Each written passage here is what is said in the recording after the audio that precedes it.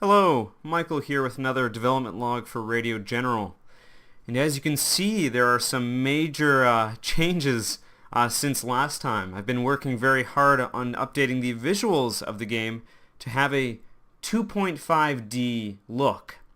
As we can see, there's a 2D map now. You can see it's a 2D map, it's flat, sitting on a 3D desk. And you can see that a little bit as I pan and move the camera around. And we can see that, there's 2D elements on the desk, but also a little bit of 3D. So we see there's a few 3D models here for the unit figurines. Alright. So the camera is a tilted look as if you're sitting, beside a desk, in front of a desk, and you're looking down at it. And you can, of course, you can tilt the camera now. You can pan the camera moving left, right. And you can zoom the camera, and you can zoom in pretty close. Take a look at these figurines here. Alright, and you can still do the normal things. You can still draw, you can do all that sort of thing.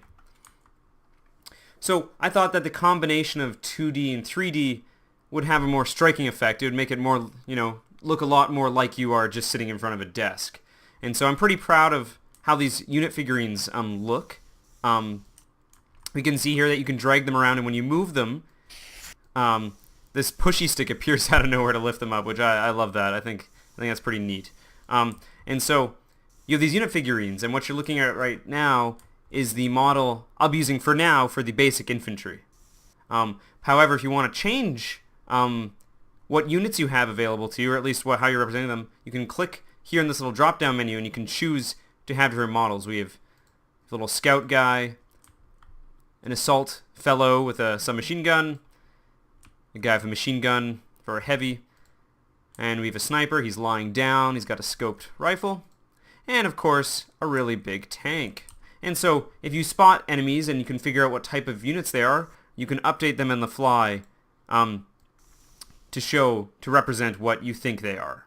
So very cool. I think that's pretty neat.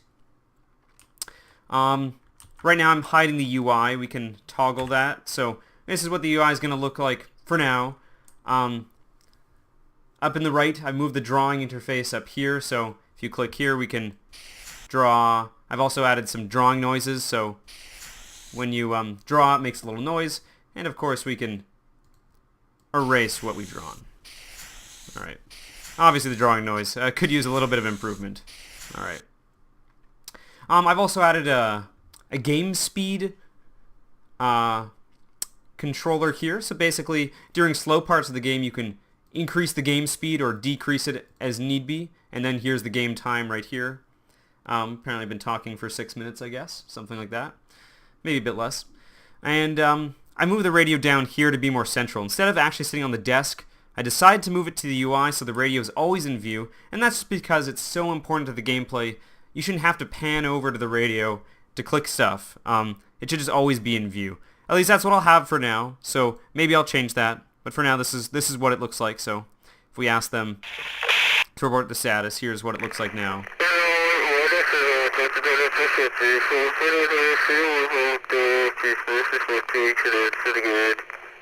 Alright. So that's about it for today. Maybe I'll finally fix the replay functionality. Hope to show that off soon. Well, thanks for tuning in. Let me know what you think of the visuals. I think it's very important. Even a game like this, the visuals are still very important. Without people, you have to have screenshots that are catchy enough that people can see them, will see them, and say, that's a game that I want to play. And that's sort of the first line of defense, or the first way that people get interested in a game is seeing the visuals, because, as they say, a picture is worth 1,000 words. Alright, see you later.